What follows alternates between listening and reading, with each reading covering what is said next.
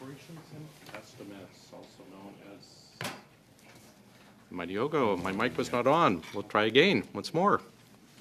Third time's a charm.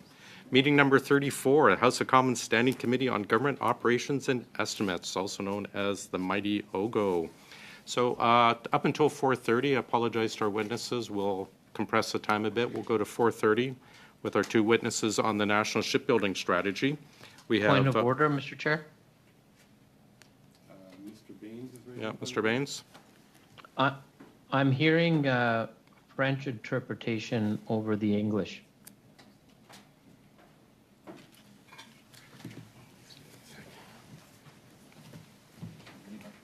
So working earlier for you, Mr. Baines? Now it's fine.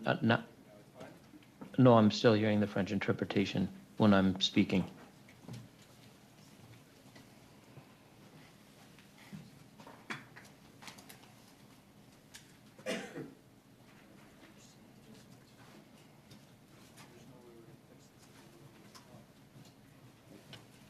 And I've selected the English.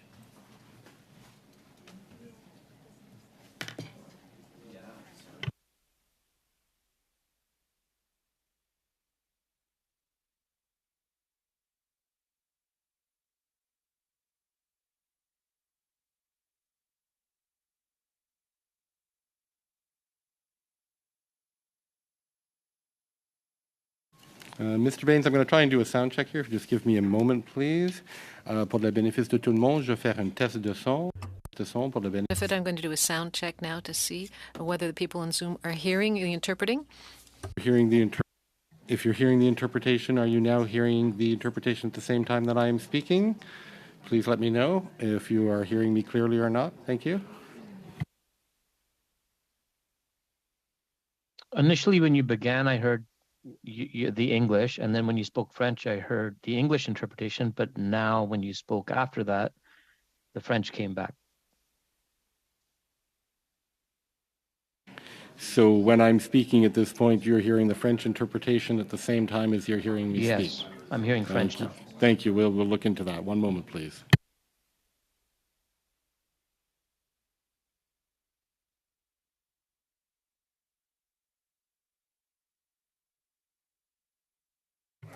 And we're suspended again.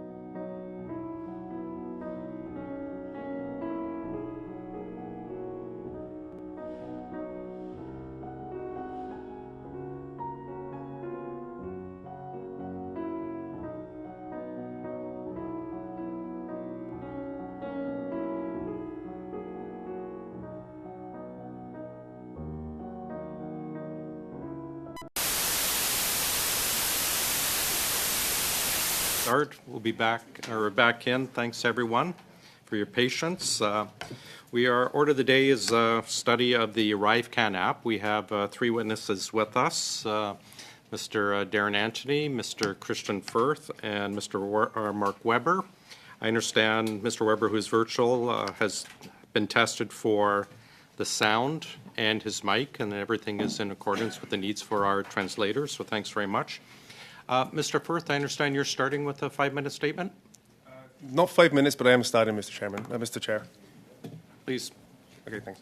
Mr. Chair and honourable committee members, I'm looking forward to answering questions you may have and allow us to get the information out on the table. As I was lead on this file, I'm able to answer questions for GC Strategies. My business partner and I have in combination over 30 years of IT staffing experience with the Government of Canada.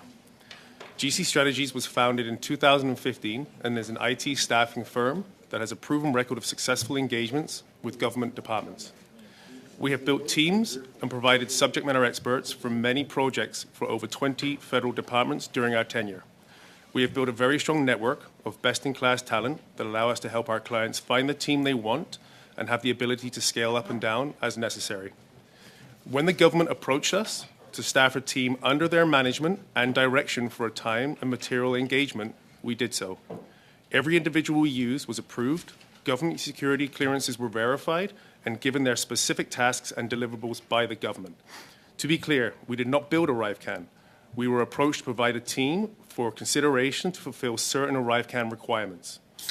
We are, however, very proud of the team we gave the Government of Canada and who they managed to give direction to throughout the project. They never missed a deadline and they completed all their tasks and deliverables. Thank you. I am now open to questions. Great. Mr. Weber, can you hear us okay? I can hear you fine, yeah. I understand you have an opening statement. I do, yes. Thank you, Mr. Chair. Please, up to 5 minutes, sir. Thank you. Mr. Chair, members of the committee, thank you for the opportunity to appear before you here today. My name is Mark Weber. I'm the National President of the Customs and Immigration Union, which represents personnel working for the Canada Border Services Agency. From the point of view of the union representing those who every day are hard at work protecting our borders and ensuring safe and efficient cross-border operations, what's perhaps most vexing about ArriveCan is how it was developed without any meaningful consultation with or input from frontline officers. Not when the idea was first proposed, not when the app was initially developed, and definitely not at any point during one of the more than 70 updates that the app had to undergo. This is certainly par for the course for the agency, and regrettably, frontline officers are used to this. Still, it defies reason that an application designed for the front line would be developed without involving those who serve on the front line and who know what works and what doesn't. It defies reason that the government would insist on continuing to inject capital into a project that neither facilitates nor enhances border processes, all the while claiming that it does, and without any consideration for what's actually going on at the border. What defies reason the most is that all of this is going on while our border services are facing a severe staffing crisis. To say that there is a deficit of between 2,000 and 3,000 border officers at this very moment is not an exaggeration. By choosing to sink dozens of millions of dollars into ArriveCan while its border services workforce is understaffed and overworked, the federal government is simply gambling with Canada's ability to maintain a safe and properly functioning border. ArriveCan is certainly not unique at CBSA. It's one example in a long line of far-reaching technological band-aid solutions in search of a problem. Solutions that ultimately fail to enhance border security and effectiveness in any real way. What they also have in common is that they are always developed without involving the frontline personnel who actually work at the border. From our perspective, what the government and CBSA can learn from the ArriveCan experience is that if they want to effectively and properly manage our borders while ensuring that the projects designed to do so are sound, they must rely on and seek out the expertise of frontline border officers in a meaningful way. Our members are proud of the work they do, they're proud of serving Canadians, and I know they would jump at the opportunity to help improve our border processes. In conclusion, it's my hope that the union's input will assist this committee in its important work. I thank you, and I look forward to your questions. Mr. Chair, just a point of order. Mr. Barrett? I'm just wondering if it's the practice at this committee to swear in witnesses. It has not come up in the past, not in this committee. Funny enough, you should say that I'm just reading the Power of Parliamentary Houses to stand for persons, because time to be a technical geek. My understanding, and perhaps the clerk will correct me if I'm wrong, it's whether people are sworn in or not under parliamentary privileges, it is still contempt of Parliament to mislead committee by giving false statement or false evidence, to refuse unless related to cabinet confidence, to answer any questions, and to fail to produce documents which this committee might require to produce. That is my understanding. That satisfies my question. Thanks. Okay. We'll go to Mr. Barrett for 6 minutes, please. Thanks very much, Chair. Thanks to the witnesses for starting early following those technical glitches that we had. To GC Strategies, Mr. Firth, how many employees do you have? We have 2 employees, myself and my business partner. Okay. And your contract with the Government of Canada lists your work as a residential address. Is that correct? I don't need the address, but is that correct? Yeah, we had physical location downtown from 2015 to 2020, and we now have home offices. And without getting into your detailed CV, are you programmers or app designers yourselves? Absolutely not. We are IT recruiters. We cut our teeth in the industry working for large staffing firms. Okay. And we decided to go out by ourselves. So in this context, your work for the Government of Canada, you're the broker, the middleman between the government and the service provider. Is that correct? Essentially, yeah. They would come to us with the requirements they asked for, and we facilitate that.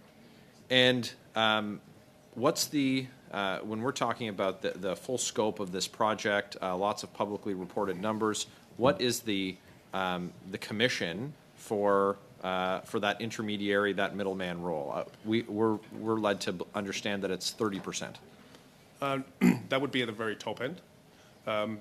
Industry standards are anywhere from 15 to 30, depending on the skill set, the type of resource that is required. Now, regarding the app, who approached who? So the Government of Canada reached out to you, and you did not reach out to them with respect to this contract. Is that correct? That is correct. And do you have a list of the department and the departmental officials who initiated that contact? No, I do not. I thought I was here to testify. I do not have that with me right now.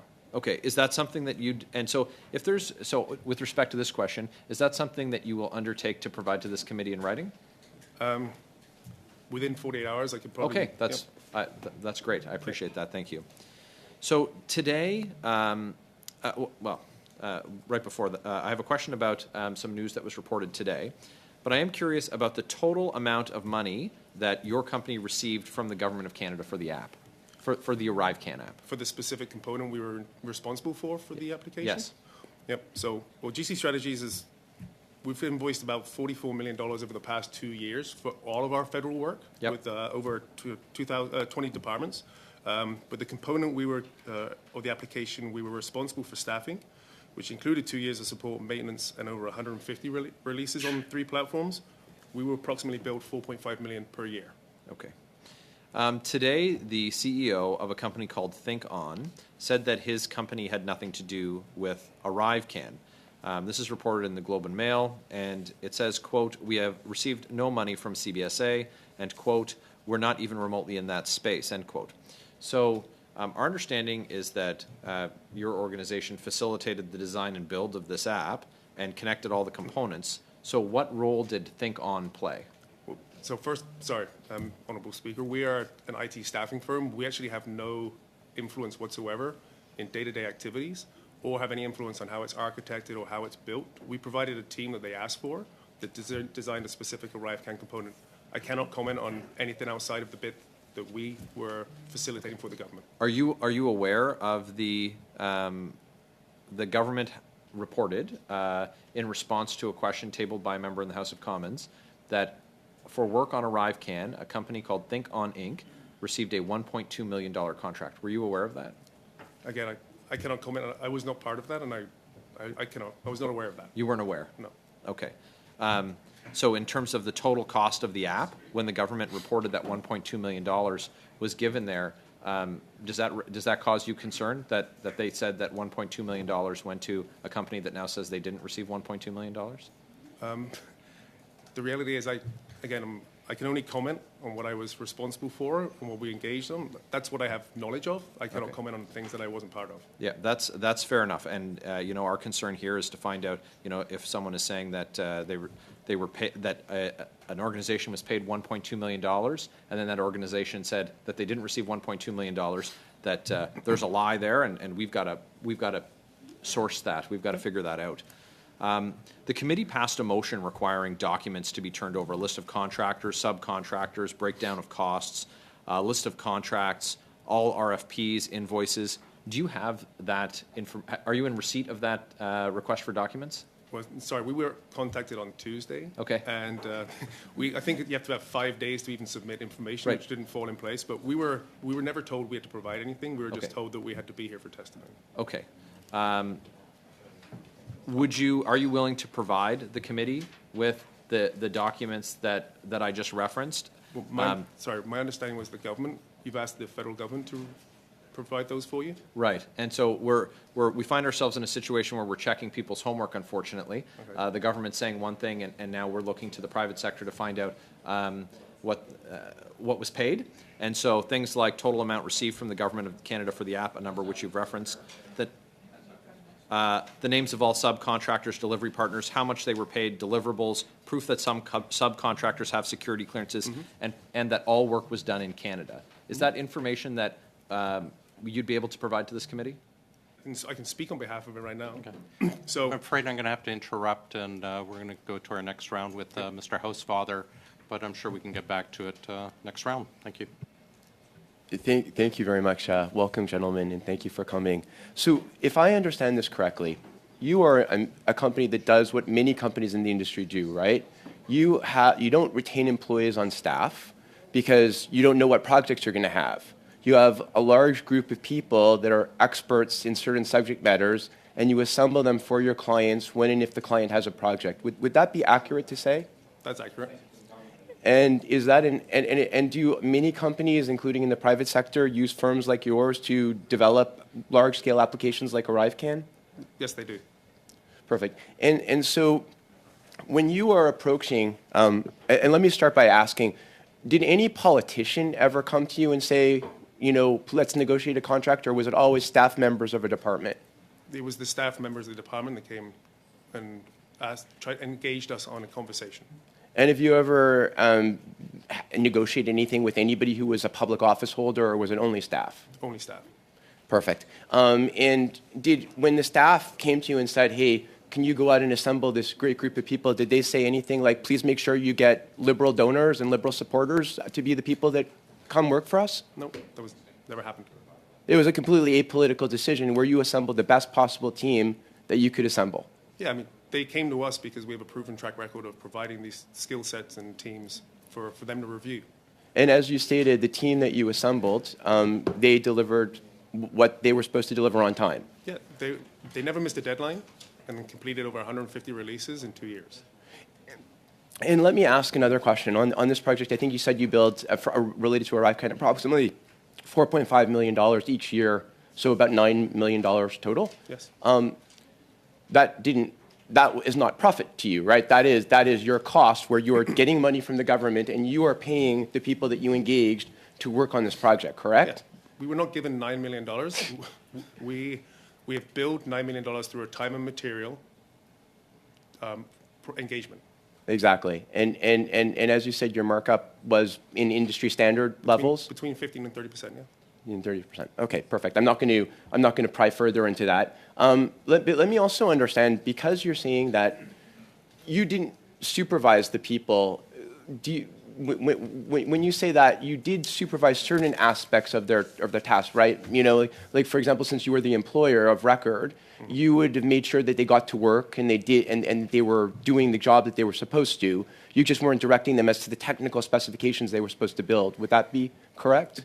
Yes. So obviously, everybody was working during this pandemic. This is the whole reason we built this application. Everybody was working from home. But it was the the project managers and the team leads provided by the organization that would be monitoring and maintaining and making sure. We would only get called if they weren't performing and they needed to have a resource replaced. And the manager of the team, for example, did you assemble just people who were working for a manager within the government, or did you also have a team manager of the people that you assembled? There was a combination of both. Combination of both. Yeah. So how many managers did you have amongst the people that you engaged of the contractors? The employees or the... Yeah, your employees Yep. who were subcontractors to the government. Yes. How many people total was the team, and how many were managers? Over the tenure, there were 5 or 6 subject matter firms that each had their project leads. Each had their project lead. Okay, perfect. I know that you guys are not technical, but you certainly, I imagine, understand enough about what was built to be able to distinguish between a hackathon where people, take plans that were already developed over the course of a weekend, don't build a back office that speaks to the CBSA system, don't build in the needs for vaccination proofs to come in, versus what people did over 18 months of complex engineering. Could you speak to me about how we would best differentiate what happened over a weekend versus what you put a team together to create over 18 months? Like, for example, as somebody coming from the industry, the way I would look at it is almost you build the plans for a race car that can go 300 kilometers an hour, and the race car is set to the best safety standards. Mm-hmm. And then somebody, after 2 years of work on this, will copy the plans and build a model of the car that doesn't have to drive and doesn't need to meet safety standards. Would that be a fair analogy? Yeah.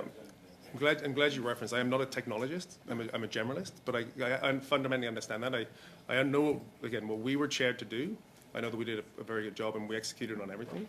But from what I read, there was the things that were mentioned that wasn't considered were my understanding. Again, we weren't part of that. Were some of the most intricate and most detailed pieces, which was, like you said, back-end integration. There's legacy systems that the organization has that needed work.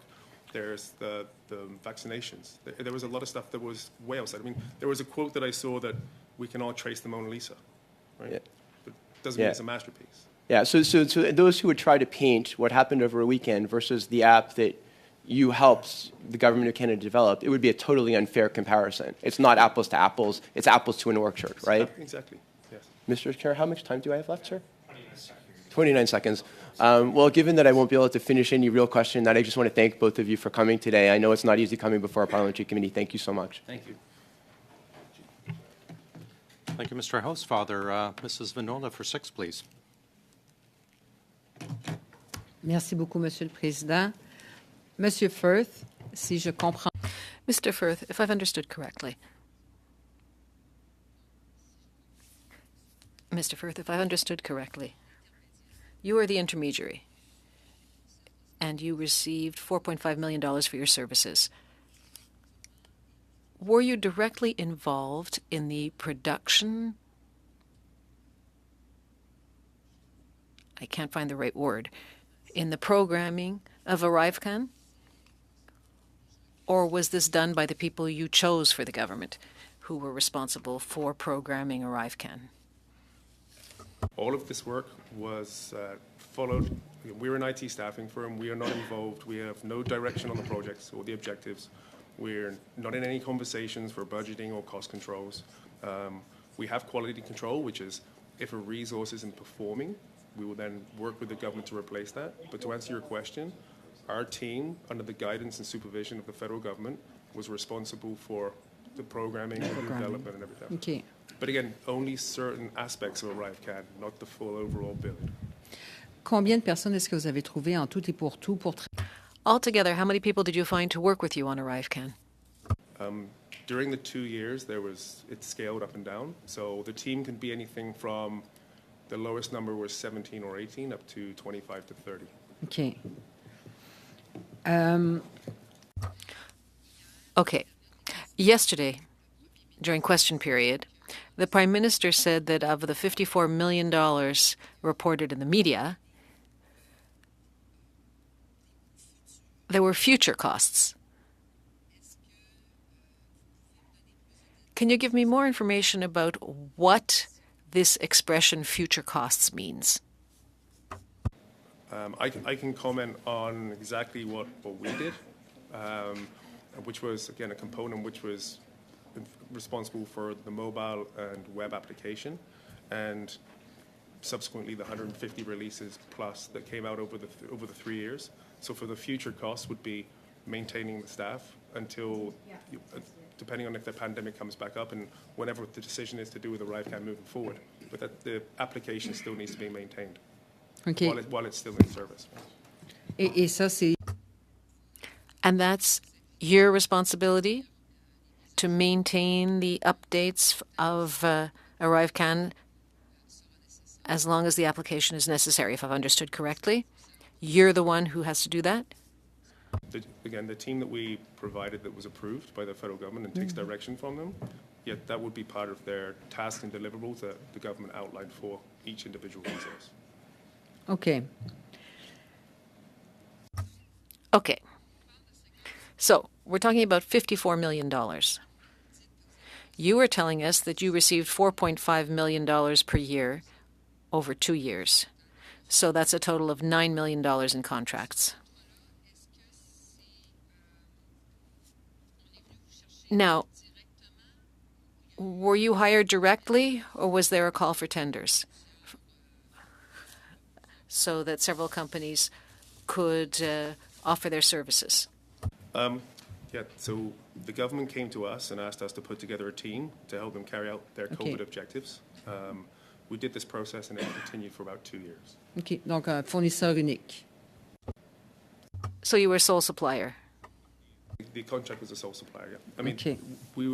the engagement was, and why they chose us, my understanding is we'll be asking the same question to CBSA and PSBC, is like as previous president, we're good at what we do. We have a proven track record working with the government and other projects, providing best-in-class talent. Okay. We had already been engaged with them since early 2019 and had provided a team on projects with similar skill sets and knew they could deliver. Merci. Thank you. Of the $54 million that the newspapers reported on, as I've mentioned, 9 million of that was granted to you, as we know. Do you think that $54 million for the entire ArriveCAN program, including advertising, training here and abroad, is a cost which is unreasonable? Or, given the situation, is this perhaps high but reasonable? Or is this an extremely reasonable cost?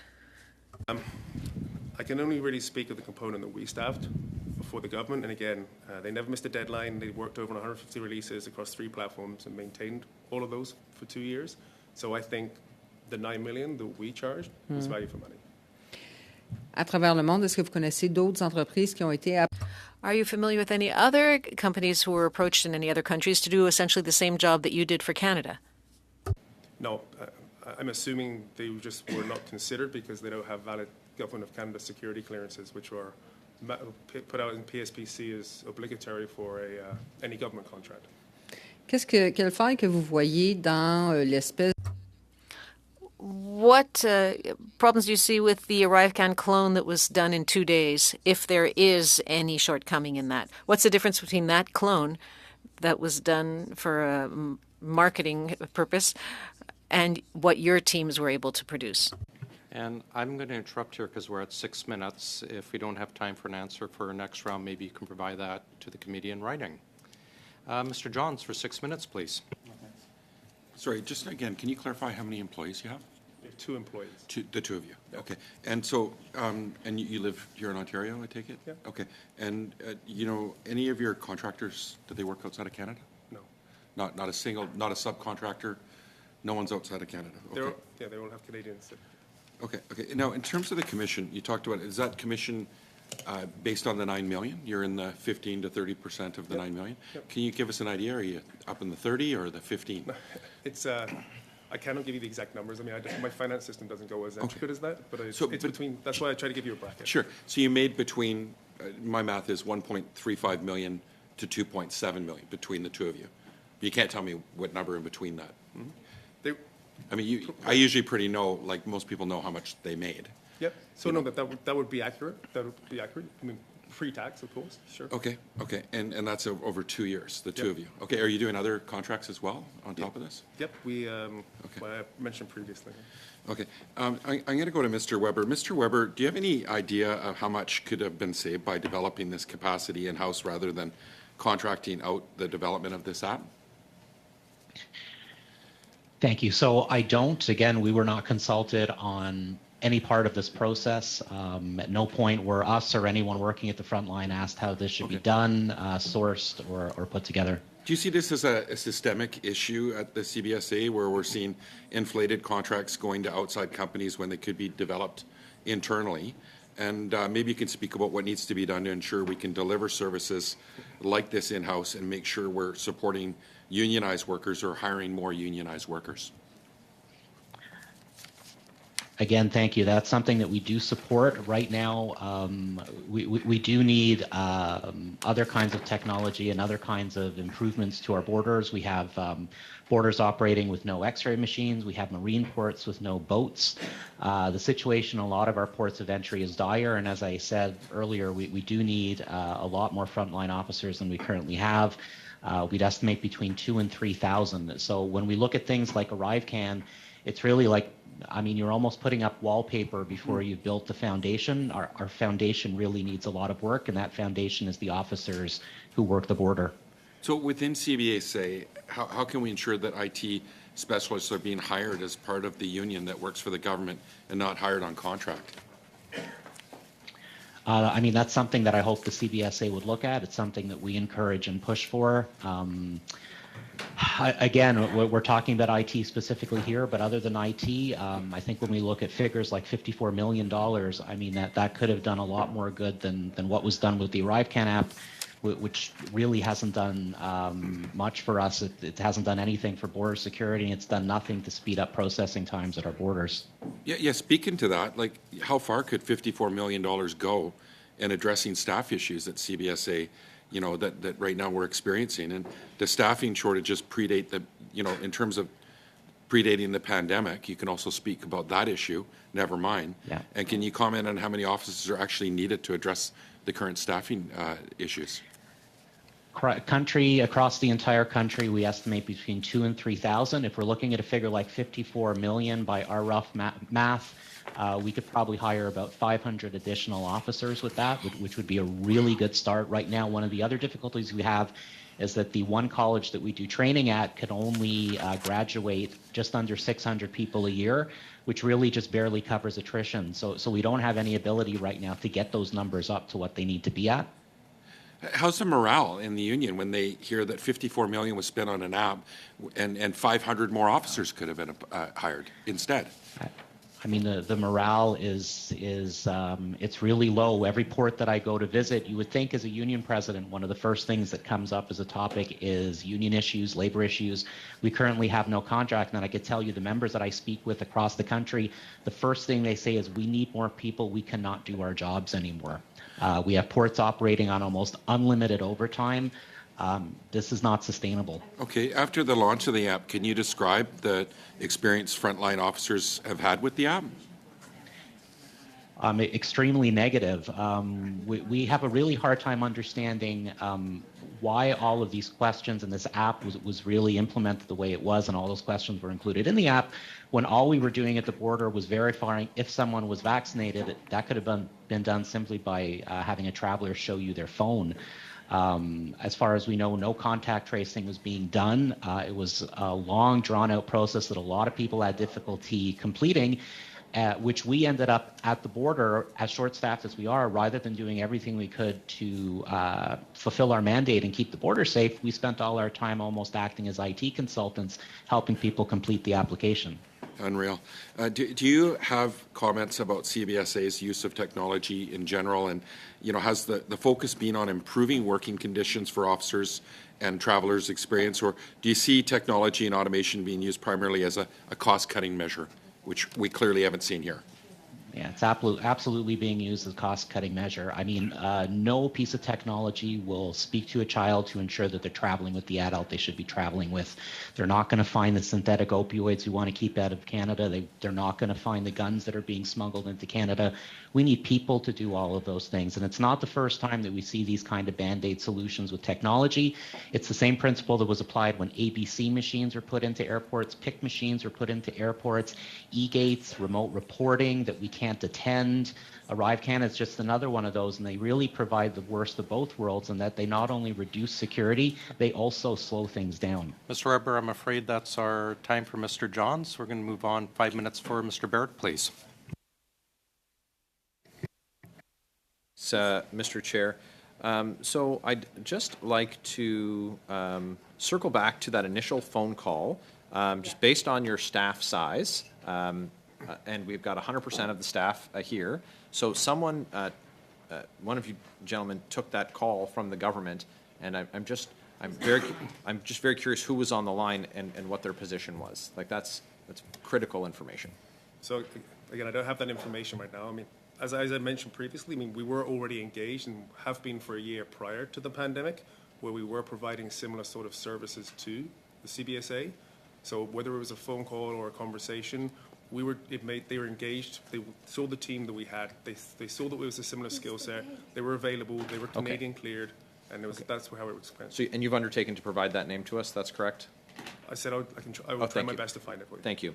So on your website, there's several endorsements from unattributed senior federal public servants, and they're quite glowing, to your credit, including a senior executive with the Government of Canada, VP Cloud Services, Major Crown Corp, Chief Information Officer, Government of Canada, Assistant Deputy Minister, Government of Canada, Chief Data Officer, Public Sector. Do you know who those officials are? Not on me right now. I mean, these have been quotes that have been contributed to our website over 7 years since we started. Okay. And would you be able to attribute those quotes in your submission, your written submission to the committee? What was the purpose of this? Sorry, like why would that be necessary? Oh well, it's important for us to understand why how this relationship came to fruition. Yep. So would it again? Absolutely. I mean, but the fact that we were working there for a year, that would be not sufficient. That we were working on similar sort of engagements. No, the names of them would be great. Okay. Thank you.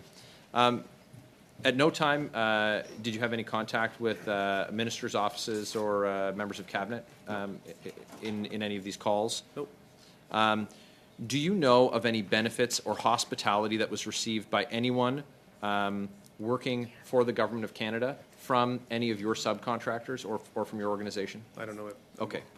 And does your in this contracting process and in the development of ArriveCAN, was Alex Benet involved in the development implementation of this process? No. Do you have any to follow up on Mr. Housefather, do you or any of your subcontractors have any connections to the Liberal Party of Canada, Data Sciences, Inc.? No. Okay. Do you have any subcontracts with frontline officers who are employed concurrently with the Canada Border Service Agency? No. And in scoping out that work, the ArriveCAN app has over 615,000 reviews on the Apple App Store, which is unbelievable. I've completed one app review in my entire life, so I'm shocked by this. Were you ever asked by anyone in government to increase the number of reviews for the app? No. Have you ever, do you know of, or have any of your subcontractors ever purchased reviews for? I don't know. Again, I'm not technical. I'm an IT staffing company. But I've never had conversations that outlay that. Do you know if any of your other apps have ever received 600,000 reviews in the App Store? I can tell you they haven't. Okay. In the case study section of your website, there's a link to a video about ArriveCAN, but the video is now private. Are you able to provide the committee with that video? Did it identify as private, or was it just not up there? It identifies as private. I can get back to you with that answer. I could give you an answer in writing. Okay. I don't have the answer to that right now. Okay. And so how much time do I have left, Mr. Chair? We have 1 minute. Okay. So there were a number of documents that I referenced, and I appreciate you acknowledging that the request was from the committee to the government to provide that information. So what I'm asking, instead of seeking the committee to pass a motion ordering production of those documents, I'd like to request, and you can tell me if you'd receive this request or if I should proceed with seeking the will of the committee, and that's for proof that subcontractors' work was done in Canada, proof that some contractors have current security clearances, the deliverables that were asked of, how much everyone was paid, the names of all subcontractors and delivery partners that you worked with, and the total amounts you received from the Government of Canada for the app. And I would gladly provide that in writing just in case there's anything missing. Would you be able to provide that back to the committee in writing? Well, first of all, I'm going to assure you that all the approved resources are from reputable organizations, and they all hold valid security clearances. I know you used my word, but we do have NDAs in place and confidentiality agreements with all of our subcontractors.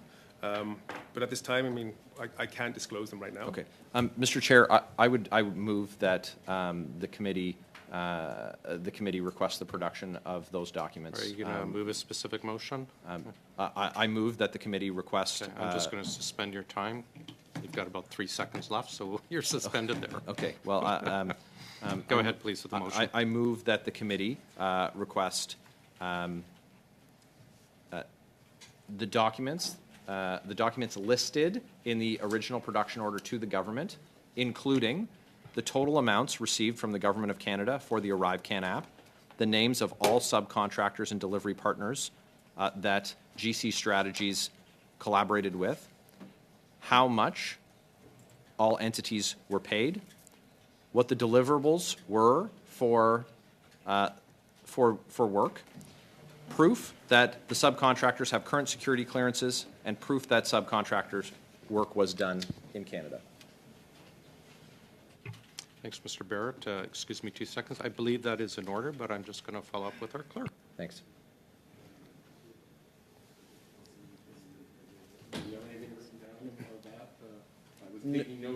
No, I appreciate you taking notes. I just wanted to seek if they would provide it. I didn't plan to move the motion. I thought that perhaps they'd be able to.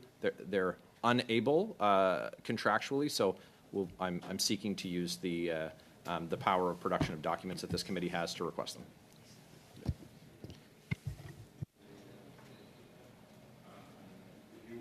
If you wouldn't mind repeating it so I can make sure my notes are correct, I would appreciate it. Do you have the list there? Yeah, absolutely. Thanks, Mr. So I'll read it so that you capture what's in the original motion if you don't have that, Mr. Clerk.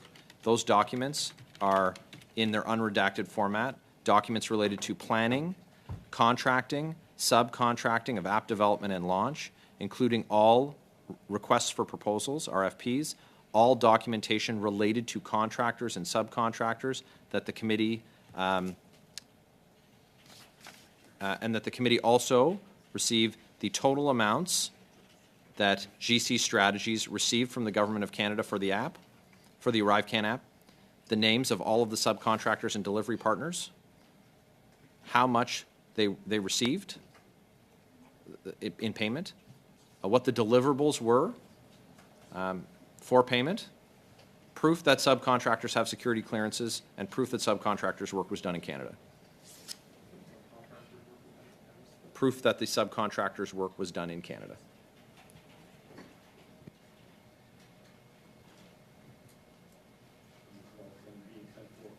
GC Strategies. Yes, sir. Okay. I think I got it all.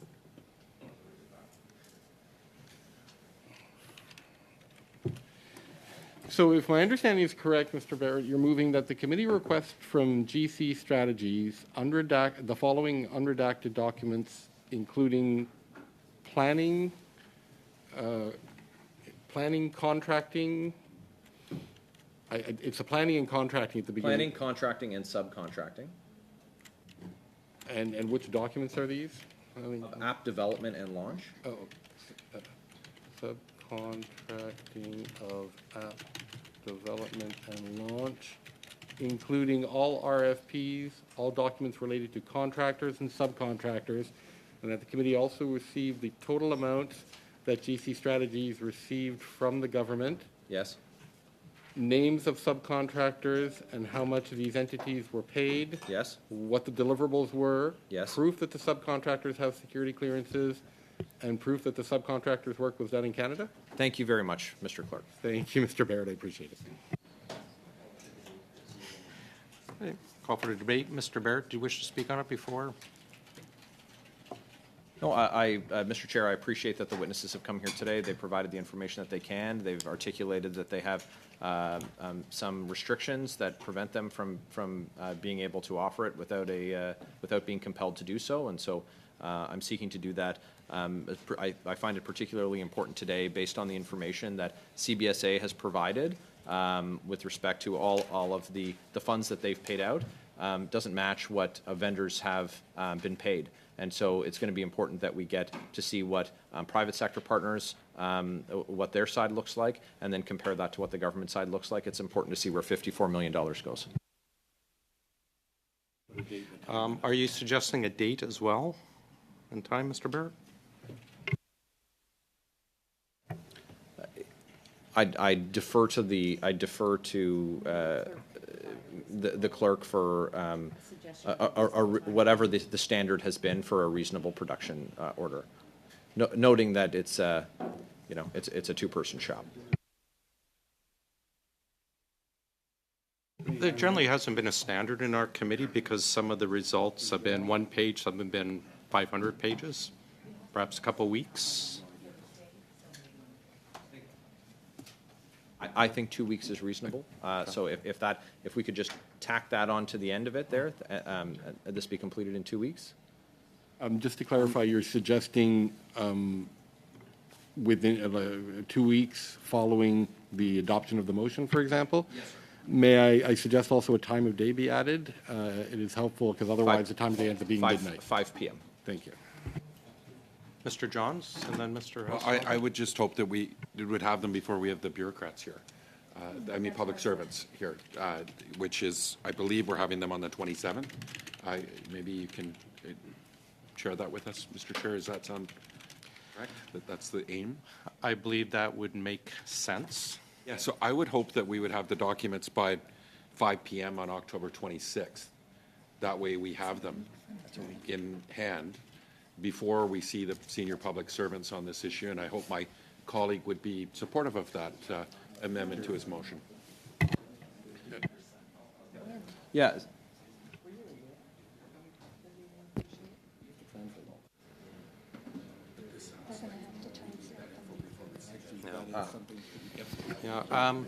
Mr. Johns, this is a good point. Unfortunately, because it has to be translated, it won't be done in time, but I suggest maybe we pick a date and then anything from the CBSA and PSBC, those who arrive or come next Thursday, we can bring them back at a later date after the documents arrive, if necessary.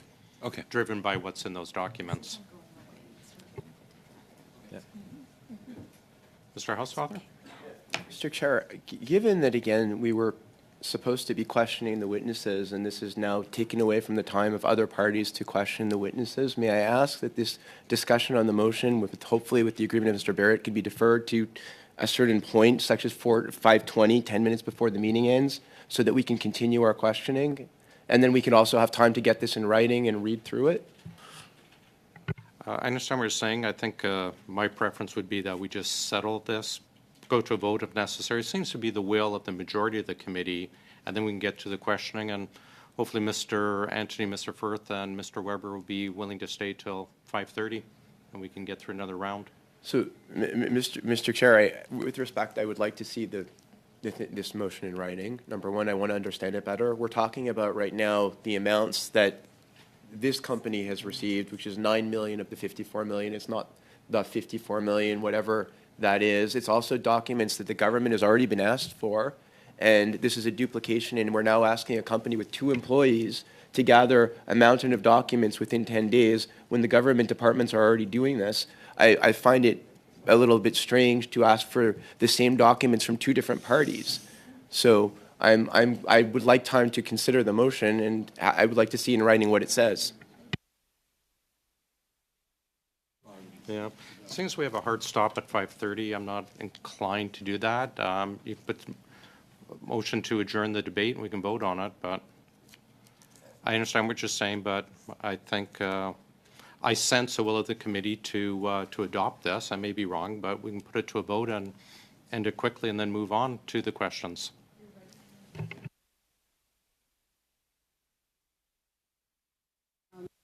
Mr. Jones? Yeah, just to add, I mean, there shouldn't be a concern. Mr. Housefather, has made it clear that we've already asked for these documents, so he shouldn't be opposed to us asking for these documents from them as well. So I don't see any reason why we don't just move on this and vote on it. Mrs. Vinola? And then Ms. Kusi? Oh, sorry. J'essaie. Now, I'm trying to understand. There are two questions that come to mind. Given that we've asked for the same documents from the government, why are we asking them a second time? And secondly, are we allowed to require a company to give us documents as a committee? I don't know the answer to that. Is it genuine?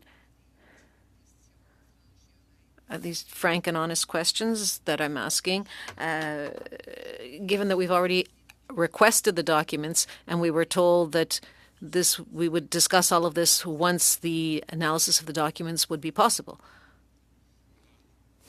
To answer the first question, yes, we can ask for the documents. And then Mr. Baird, if you want to answer her question on why, and then. Yep, through you, Mr. Chair, in response to my colleague's question, following today's report in the Globe and Mail, this is what's precipitated my my query to the witnesses, and now this document production request, and that's that the government said in this one example that Think On Inc. was given $1.2 million. So that's what the parliamentary secretary signed in response to an order paper question. So CBSA did the analysis and said, here's the list of contracts, including $1.2 million to this organization. And the CEO of Think On Inc. today says he got $0. So it's important to see the government saying one thing and private company is saying, no, we don't know where that $1.2 million went. We didn't get it. So we are looking for a second document set to compare to what the government is offering. And so that's the rationale. It's just it's transparency, and I think it's important.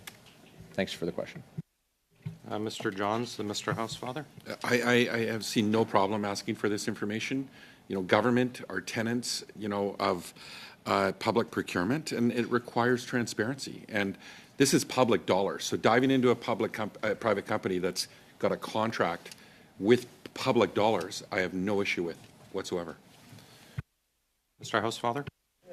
I mean, Mr. Chair, I think there's two different issues here. Number one, whether or not we go ahead and adopt the motion. And again, I think that it would be good order to have the motion in writing in both languages so that people can actually read it.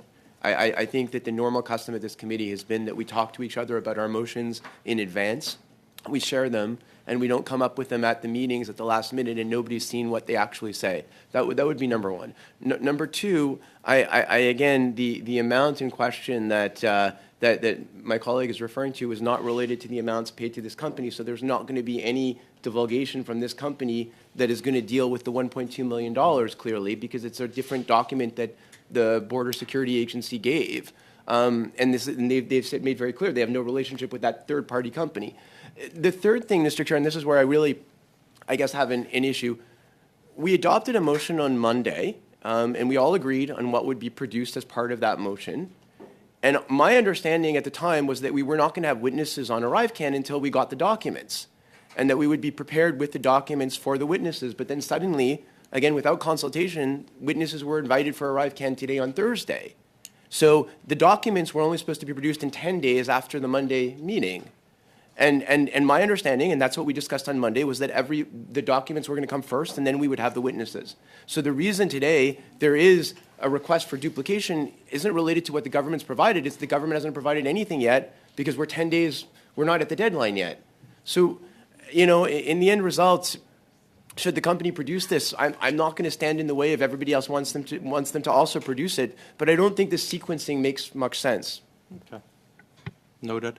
If no one else wants to chip in, I think we'll call the vote. And if no one disagrees, we'll consider it adopted.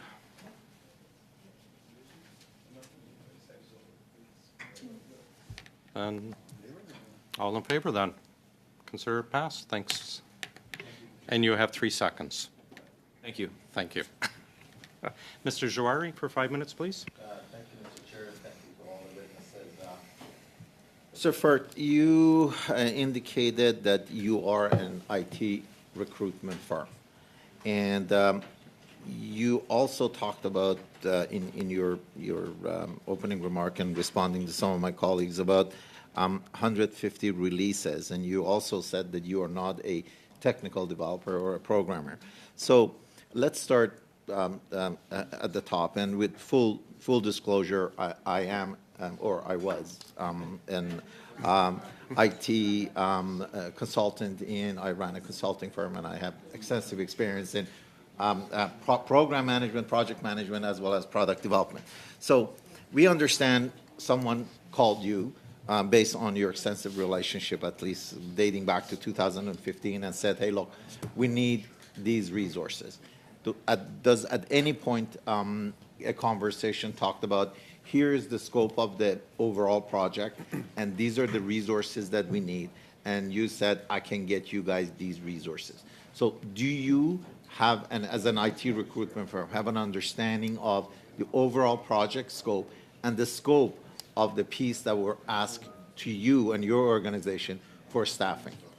So first off, this was not a relationship. We got the business from 2015. We were currently in the organization doing similar sort of work in 2019. So that's why we were approached, because we already had similar sort of skill sets to what they were looking for. But no, we are not, unfortunately, I don't have the intellect that you do surrounding like technology. But what we do have is the government came to us with a list of requirements, statement of work, and exactly what the tasks and deliverables would have been for each resource. So that way, at that point, we were finding the resources. We weren't. Okay.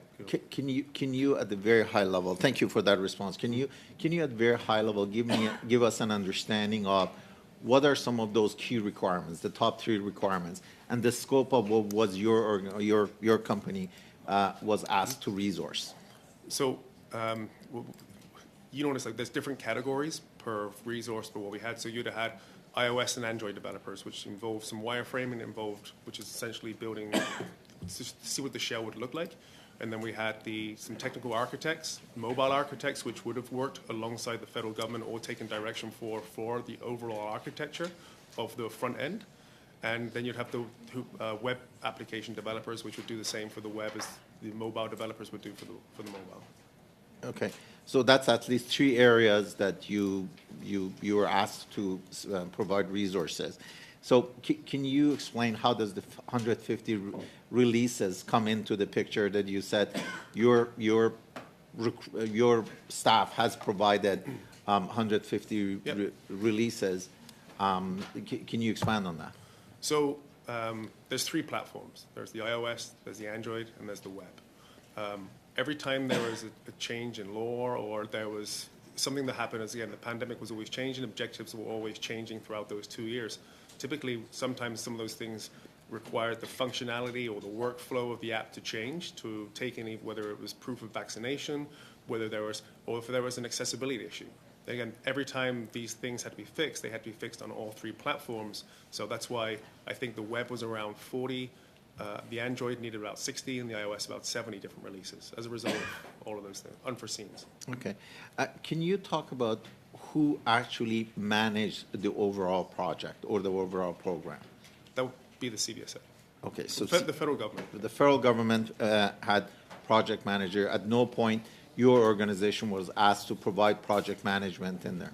No, we were not responsible for the direction of the project, the objectives, or, like I said, budgeting or cost control. So during regular program updates or project updates, which is usually weekly, were your organization or any of your members involved in providing project updates aside from the tasks that they were assigned to them?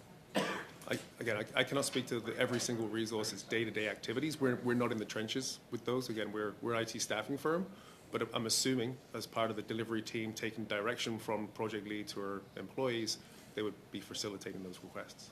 Okay. And just on the notes, and the 9 million of the 54 million is about 16%. Can you sorry, tell- it was approximately 9 million. approximately I don't have the 16%. financial systems that the government has for the exact How much numbers. of the scope do you think your resources covered Of the 9 million? And just a of, quick, of the 54 million? and a quick answer, please. Well, Thank you. I can tell you we built approximately $9 million Of the app. Of the app.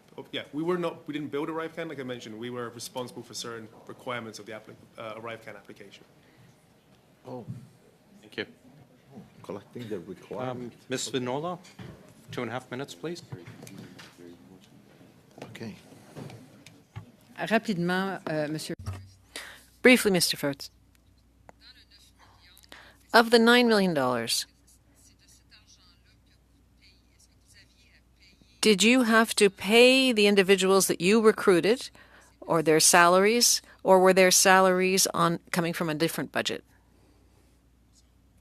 We paid all the resources or the subject matter firms we received them from directly to those.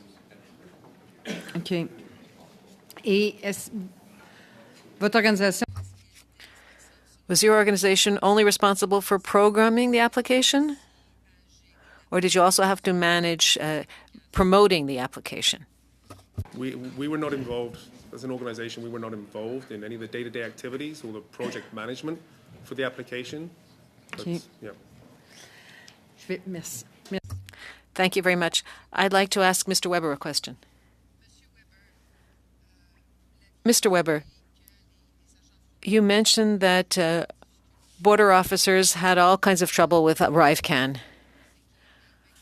I heard that people wouldn't complete the application and your officers had to help them, and then those clients would get a notice to quarantine. How could the resources of border services been better used in this case? How could we have used them so as to respect the elderly individuals or people who simply don't have a smartphone or a cell phone? How could your services have been better used when it comes to ArriveCan or the pandemic in general? Thank you for the question. Our services could have been better used by having us actually do the job that we're there to do at the border. In terms of enforcing public health measures, the only requirement that we saw that was being fulfilled through the ArriveCan app practically is showing that someone is vaccinated, which again could have been done by someone showing us their phone, by someone showing us a printed out piece of paper showing that they're vaccinated. All the additional questions and all the time and all the difficulties that people had, and you mentioned elderly people, people without the technology available to them, people who simply didn't understand a lot of those questions, which to be honest, were complicated for someone who doesn't work at a border in many cases. There really wasn't any need for any of that, which kind of takes away the need for the app altogether. Really, the few number of officers we have at the border should have been concentrating on doing our border officer work rather than that. And I'm afraid we're out of time. Mr. Johns for 2.5 minutes, please.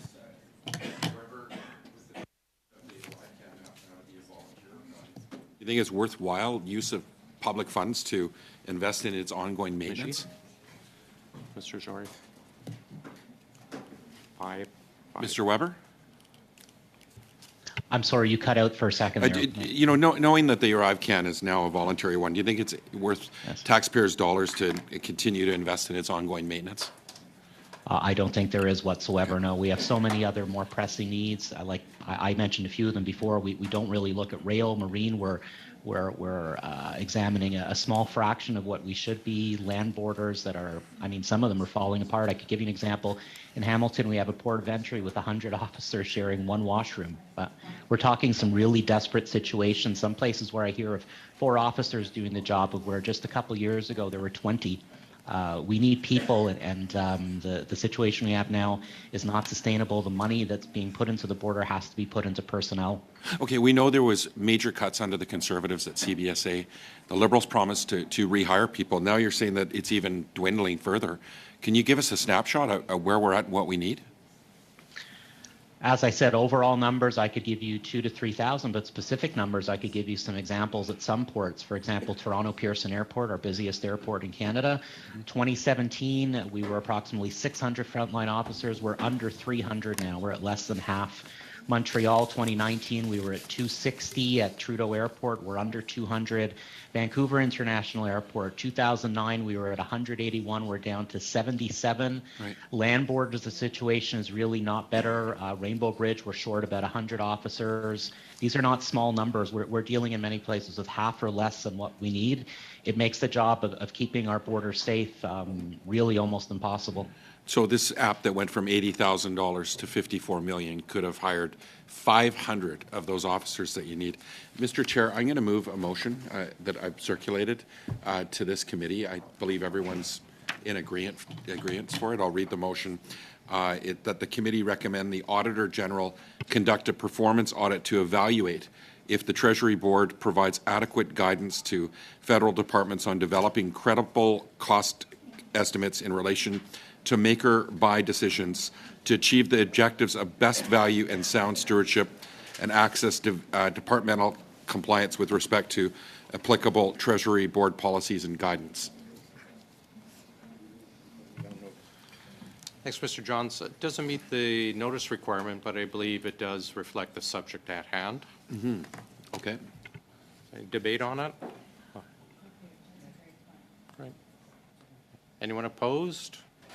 Thank you. We'll consider it passed. Thanks, Mr. Johns. Like 14 seconds left. Well, I just want to say to Mark Weber and to all CBSA staff, and thank you so much for your patience and your work. And I'm very sorry that you've had to endure this difficult challenge at the border on top of the staffing shortages that you already face. Right. Thanks, Mr. Johns. We have 2.5 minutes, Ms. Kusi, 2.5 Mrs. Block, and then 5 minutes for Mr. Kamirchuk. I'm mispronouncing that. I apologize. Okay, thank you, Chair. How many government RFPs would you say you've participated in the span of the creation of your company? 50?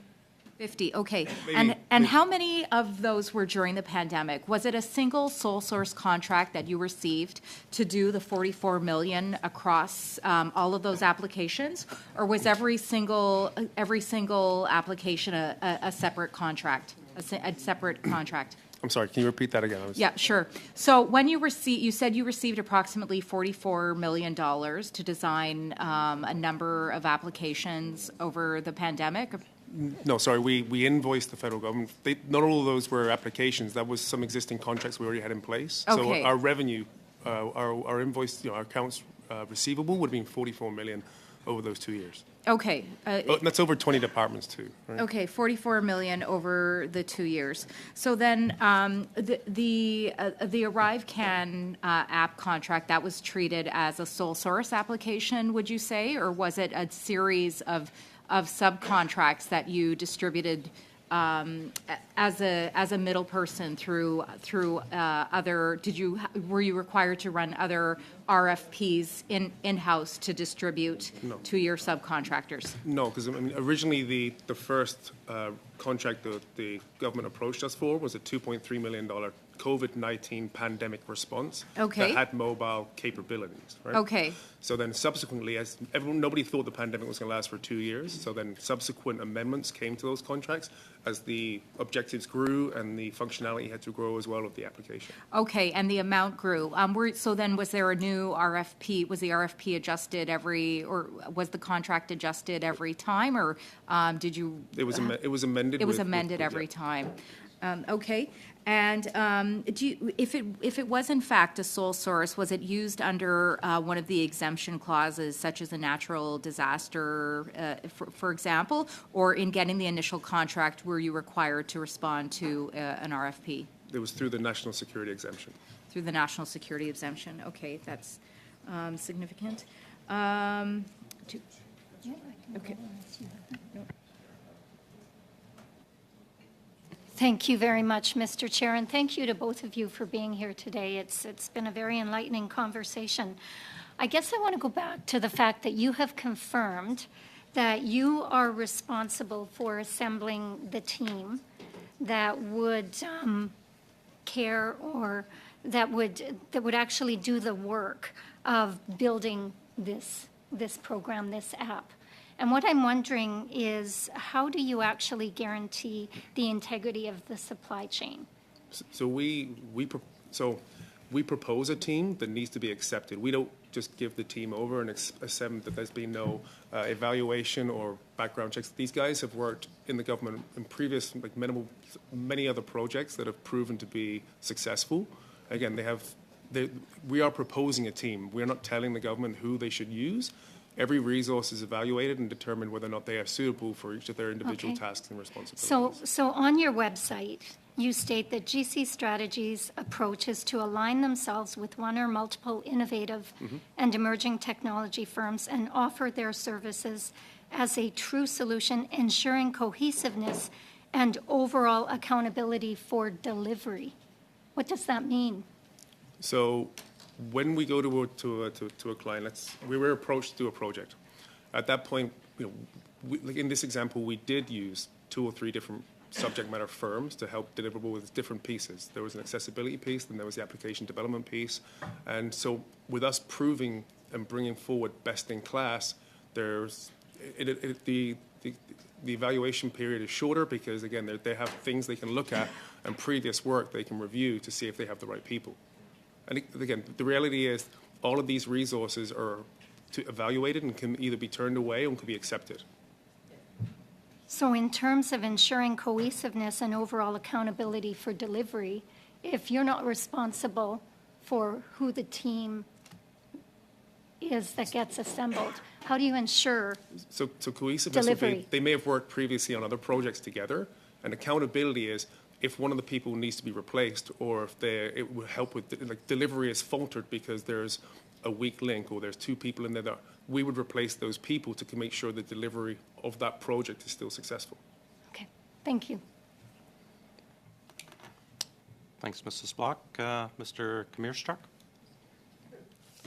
Butchered her name, I apologize. It's passable. Yeah, thank you, Chair. I wanted to lend my voice and echo what my colleague across the table had stated, and to say thank you to the CBSA agents, the frontline workers at our borders that really stepped up to the plate in a big way, kept our community safe, and helped move traffic along as well too across the border. Essential services, essential workers, and essential traffic. So I just wanted to say thank you, Mr. Weber. Please do pass along our sincerest thanks to your members. I wanted to ask you, you mentioned about the need to consult, so sort of looking forward. Can you describe ideally the consultations that could have been carried out, what that looked like, and maybe what insights could it have or would it have yielded in this particular case? Thanks for that. I think what the consultation could have achieved is for us to share with the developers and the plan in general, ArriveCan app, what the reality would be on the ground.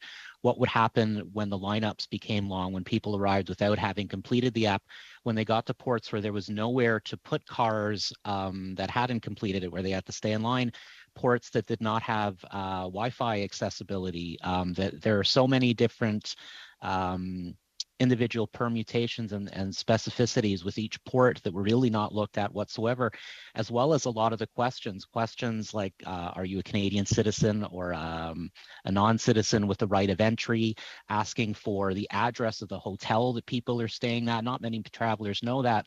So these are all things where travelers would be stuck waiting in line, trying to complete all of this, us helping them. I think that kind of thing could have really been addressed had we been consulted from the get-go on how this should be rolled out. Okay, thank you very much for that response and that insight, Mr. Weber. And question now back to Mr. Anthony, Mr. Firth. Can you talk about whether your company, was it all sole sourced, the contracts that you had with the federal government, or were there competitive bids as well too that your company was successful? This was the first sole source contract or contract we were approached for in our 7 or 8 year career with GC Strategy. So every single other one was competitive. Okay, now how many contracts would that be, competitive contracts, just ballpark figure? Well, there's some which are pro services contract, which are smaller, with 150, 55. Okay. So you've won a lot of competitive bids? Yes. Where your company was measured up against other companies and you came out on top? Yeah, I mean, there are tier 2 RFPs that go out to 250 other qualified vendors. So you talked about, you mentioned the fact that we are, you said we are good at what we do. Can you just describe again, because I think for a lot of Canadians, we're just learning about what IT staffing companies do exactly. Can you describe your specialization? What sets you apart? So, and why was that important in this context? Yeah, so we've spent, like I said, between my business partner Darren and I, we have 30 years where we have experience dealing with IT companies, whether we're dealing with independent consultants or have had the luxury of dealing with like true subject matter firms. That's allowed us to build a network where we have people that have, we know the people who have failed and we know the people who have been successful.